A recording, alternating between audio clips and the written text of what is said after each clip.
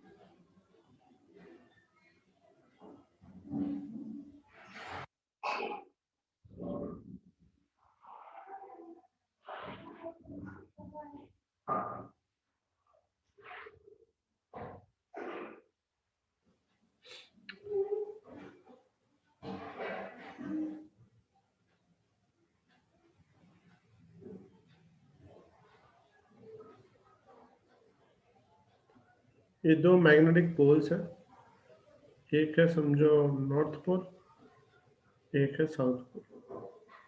ठीक है,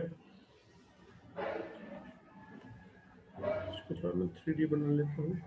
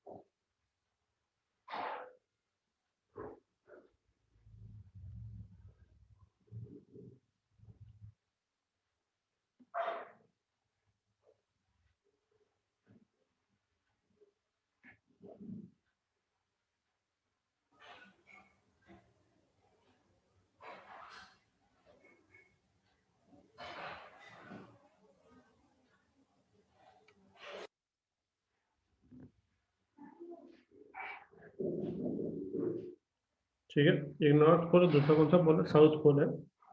इन दोनों पोल्स के बीच में हम लोग एक कॉइल रख रहे हैं एन टर्न्स की।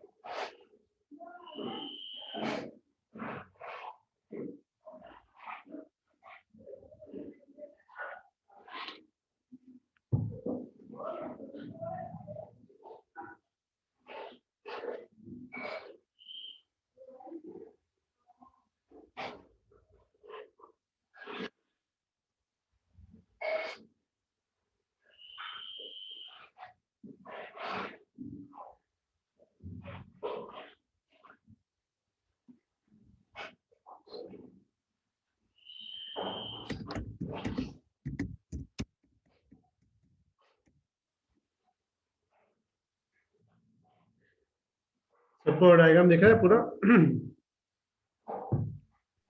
Yes sir. और इसमें जो ये है एन है, ये नॉर्थ पोल, ये साउथ पोल जो जनरेट करते हैं यूनिफॉर्म मैग्नेटिक फील्ड। यहाँ बीच में एक रेक्टेंगुलर कॉइल रखी हुई है जिसके दो टर्न्स है, एक जा रहा है इसमें और दूसरा जा रहा है इस वाले में। जो सर्कल्स हैं they are known as slippery rings.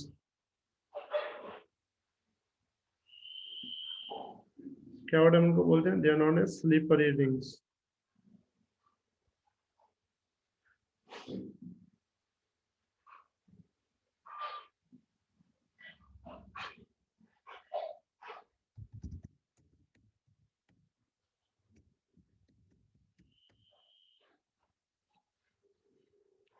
Slippery rings का क्या मतलब होता है? ये जो कॉइल है जो ब्लू कलर का मैंने दिखाई है, इसको हम यहाँ पे एक एक्सेल लगा के देते हैं। एक्सेल का मतलब होता है वन टाइप ऑफ हैंडल।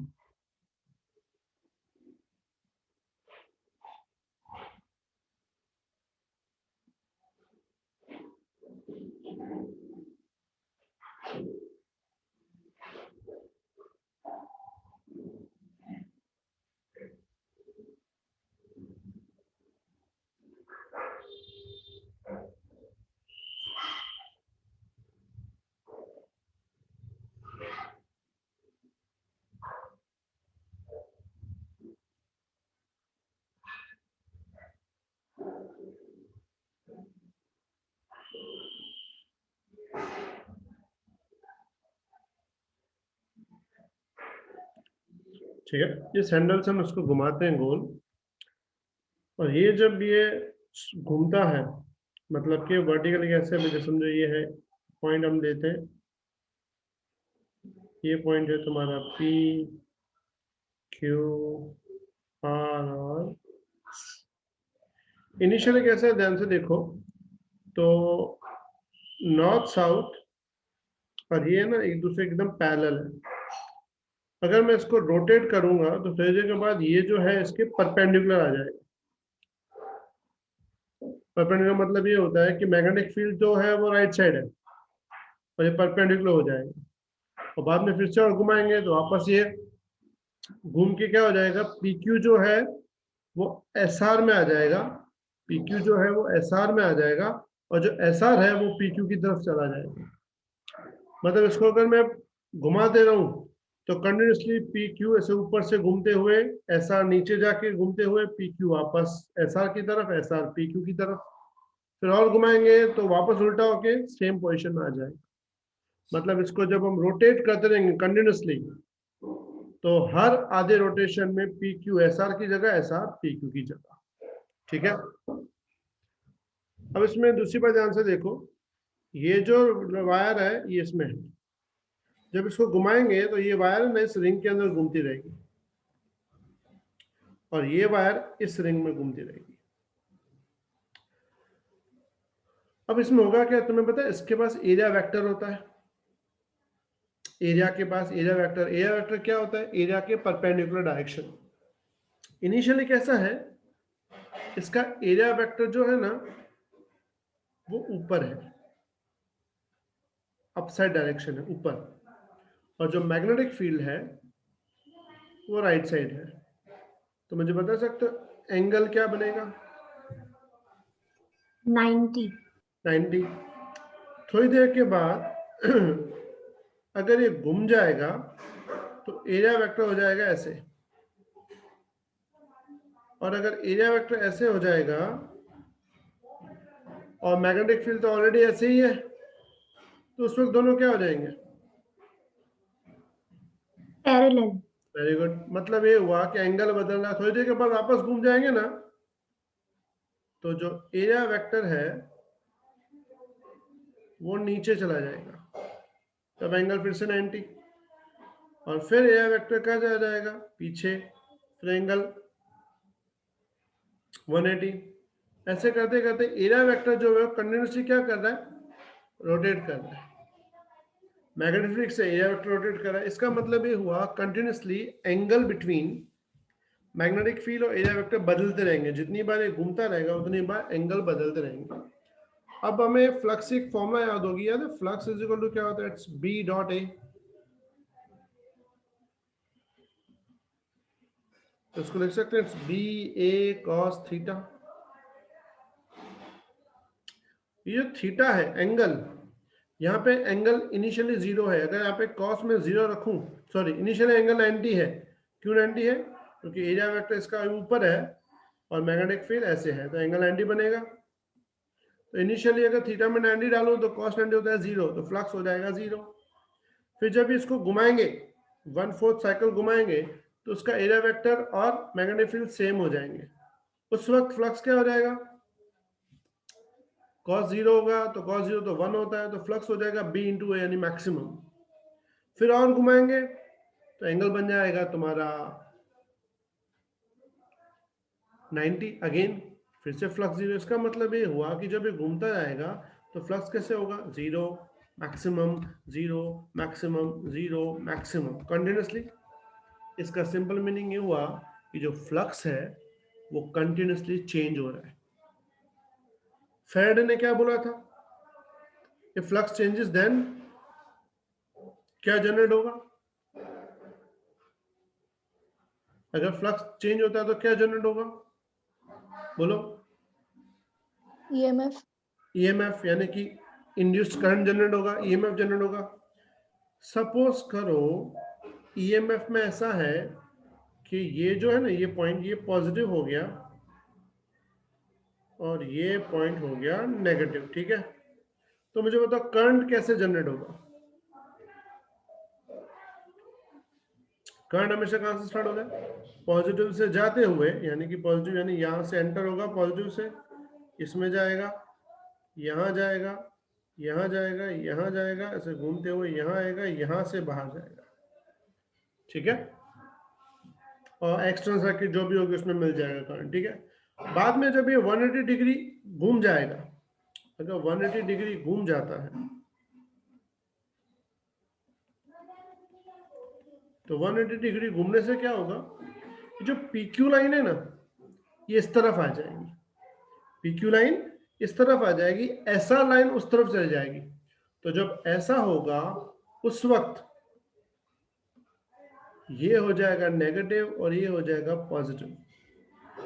जब ये पॉजिटिव हो जाएगा वो नेगेटिव हो जाएगा, तो करंट अब यहां से एंटर होगा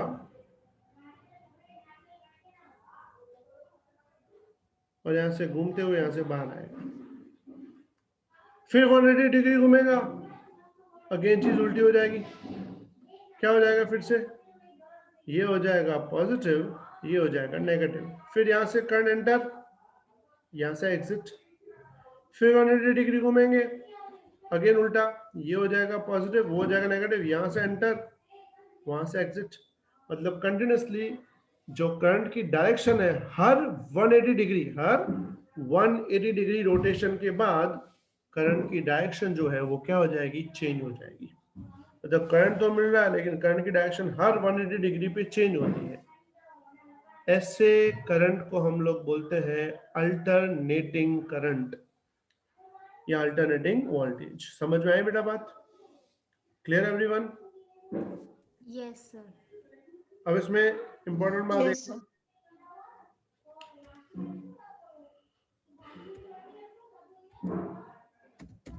schematic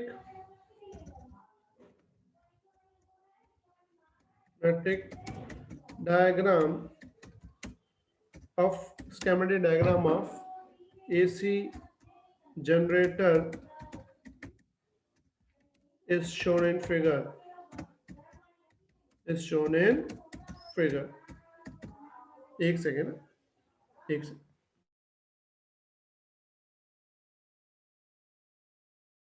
Okay, both them. Schematic diagram of AC generator is shown in figure.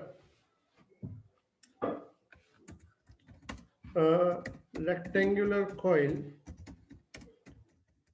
of 10 turns is placed in uniform magnetic field. Uniform magnetic field. Clear? यहाँ तक किसी को doubt? No, sir. The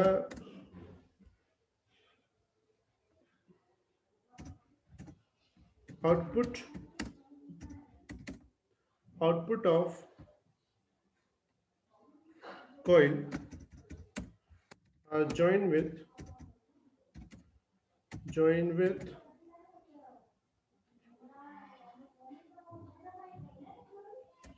slippery rings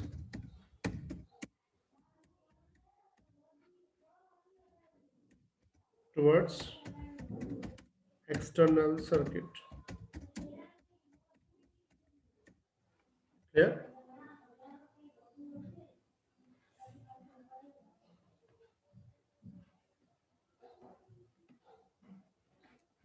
When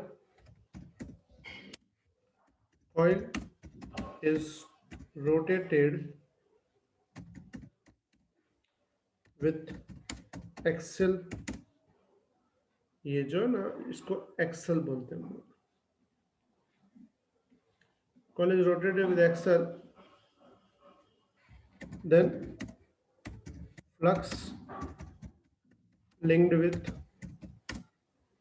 coil gets changed due to change in direction of area vector.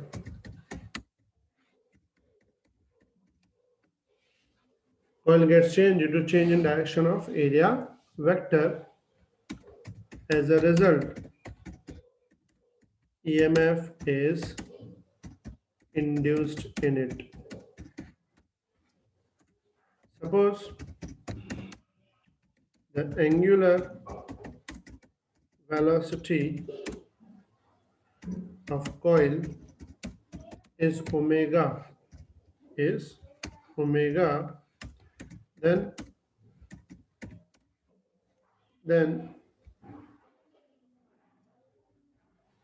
the angular displacement in time t is omega t, मतलब कि इसको बोलते हैं theta.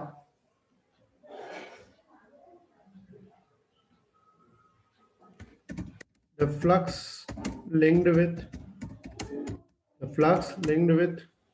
coil is, जो फ्लक्स लिंक्ड होगा coil के साथ उसको बोलेंगे phi is equal to B A cos theta.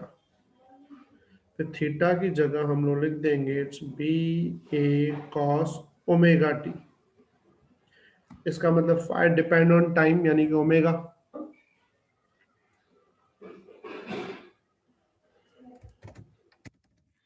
According to Faraday's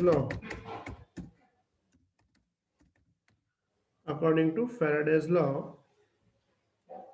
E is equal to formula दिया है minus d phi upon dt. तो E as it is minus, अच्छा यहाँ पे एक और चीज रह गई है, n टर्न्स. क्यों n टर्न्स? क्योंकि हमने लिया है कॉइल n टर्न्स की, ठीक है.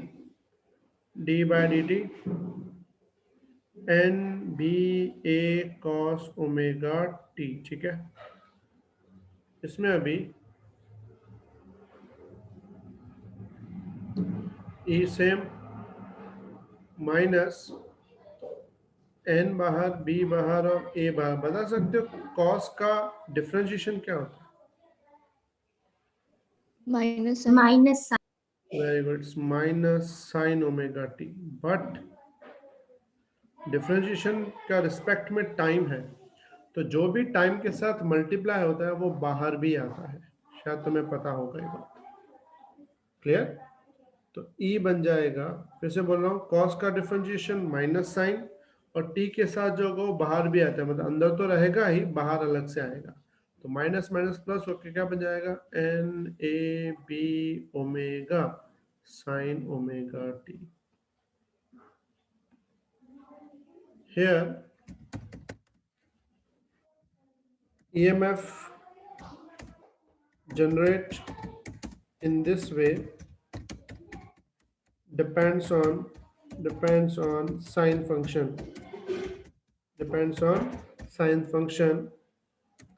which suggests that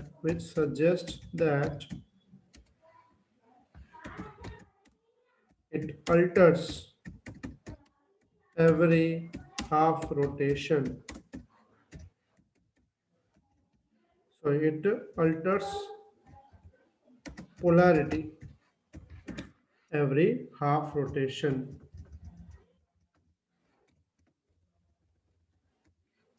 Hence,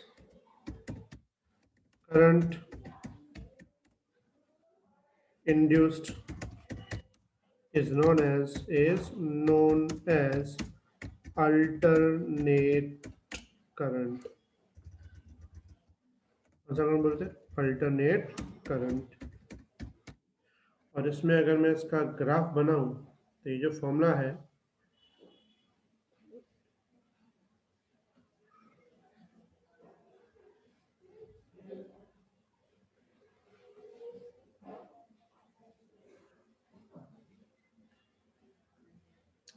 ये टाइम टी, ये वोल्टेज यानी ईएमएफ, तो इसका जो ग्राफ तुम्हें मिलेगा साइन के हिसाब से वो ऐसा मिलेगा।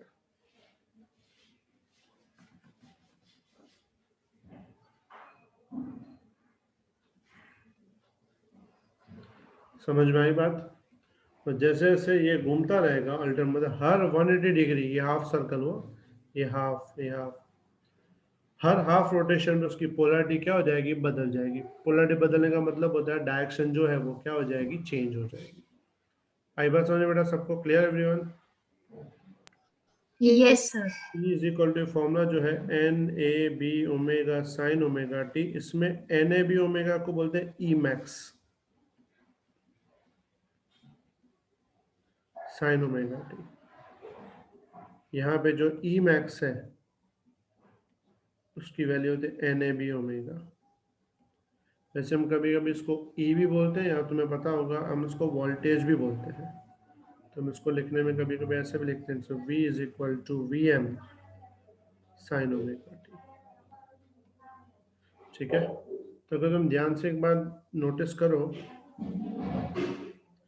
ईएमएफ हो कि वोल्टेज हो, इसमें साइन फंक्शन है, लेकिन अगर तुम फ्लक्स को अगर ध्यान से देखो तो फ्लक्स में कॉस फंक्शन है, इसमें क्रॉस फंक्शन है, उसमें साइन फंक्शन है। तो नॉर्मल बात ये है कि जब फ्लक्स जीरो होगा तब ईएमएफ मैक्सिमम होगा, और जब फ्लक्स मैक्सिमम होगा तब ईएमएफ क्या होगा? जीरो होगा, क्योंकि तुम्हें पता होगा कॉस और साइन आपस में ऑपोजिट वे में चलते हैं। याद है सबको?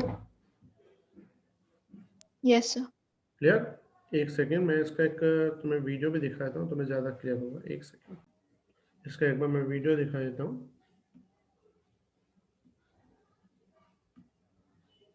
सबको स्क्रीन दिखाई दे रही है क्लियर? Yes sir. एक सेकेंड,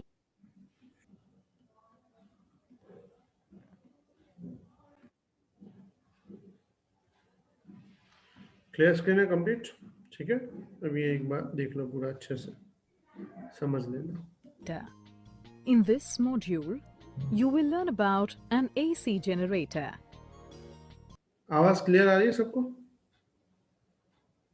हाँ। Yes, sir. An AC generator is an electric generator that converts mechanical energy to electrical energy in the form of an alternating EMF or alternating current. Working principle of an AC generator. An AC generator works on the principle of electromagnetic induction. In electromagnetic induction, when there is a relative motion between a coil and a magnetic field, an electric current or EMF is induced in the coil. ये याद है, ये Faraday का law था पहला कि जब हम मैग्नेट को मूव करते हैं तो करंट हाँ sir. Parts of an AC generator. An AC generator has an armature ABCD. It is a rectangular coil with many turns wound around a soft iron core. A shaft. It can be rotated rapidly.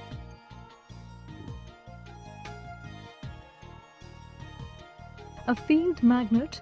It may be a strong permanent magnet with concave poles. Two slip rings S1 and S2. These are connected ये slip ring समझ में आया? देखो अंदर घूम रहा है और ये हिल नहीं रहा, ये फिक्स्ड है, ठीक है। Yes. Yes. To the armature and thus rotate with it. Two brushes B1 and B2. They provide electrical contact with the slip rings and a load, which may be a galvanometer as shown.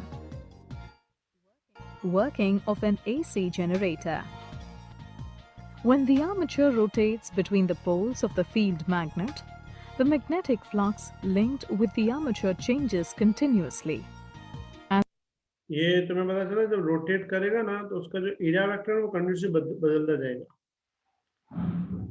और area vector बदलेगा तो angle बदलेगा, angle की वजह से उसका flux change होगा। समझ में आई बात? कैसे घूम रहा है ये? Horizontal vertical, horizontal vertical. Got it? Yes. Yes. As a result, an EMF is induced in the armature. This in turn produces an electric current through the armature and the galvanometer and through the slip rings and the brushes. Note that the galvanometer needle swings between the negative and positive values. This means that an alternating current is flowing through the galvanometer. Direction of induced current. Initially, the armature ABCD is vertical with its arm AB up and CD down. The direction of magnetic field is from left to right. As the armature undergoes a half rotation clockwise, arm AB moves down while arm CD moves up. According to Fleming's right-hand rule, the current will flow in the direction DCBA. So, the current will flow from B1 to B2 through the galvanometer. Now during the next half rotation, arm AB moves up while arm CD moves down. Again by Fleming's right-hand rule, current will flow in the direction ABCD, that is, from B2 to B1 through the galvanometer. Thus, the induced current changes its direction every half rotation. Graphical representation of induced EMF. Suppose the armature takes t seconds to complete one rotation clockwise. At time t is equal to 0 second, the armature ABCD is vertical with arm AB up and arm CD down. At this position, when the armature rotates, the rate of change of magnetic flux is momentarily zero. Hence, the induced EMF at this position is zero. During the first quarter rotation, the induced EMF increases. Then, at time t upon 4 seconds, the armature becomes horizontal. At this position, the rate of change of magnetic flux momentarily attains the maximum value. Therefore, the induced EMF at this position is maximum. During the second quarter rotation, the induced EMF decreases. Then, at time t upon 2, the armature again becomes vertical and therefore the induced EMF is zero. During the third quarter rotation, the induced EMF increases but has an opposite polarity as compared to that of the first half rotation. At time 3t upon 4 seconds, the induced EMF attains its maximum negative value.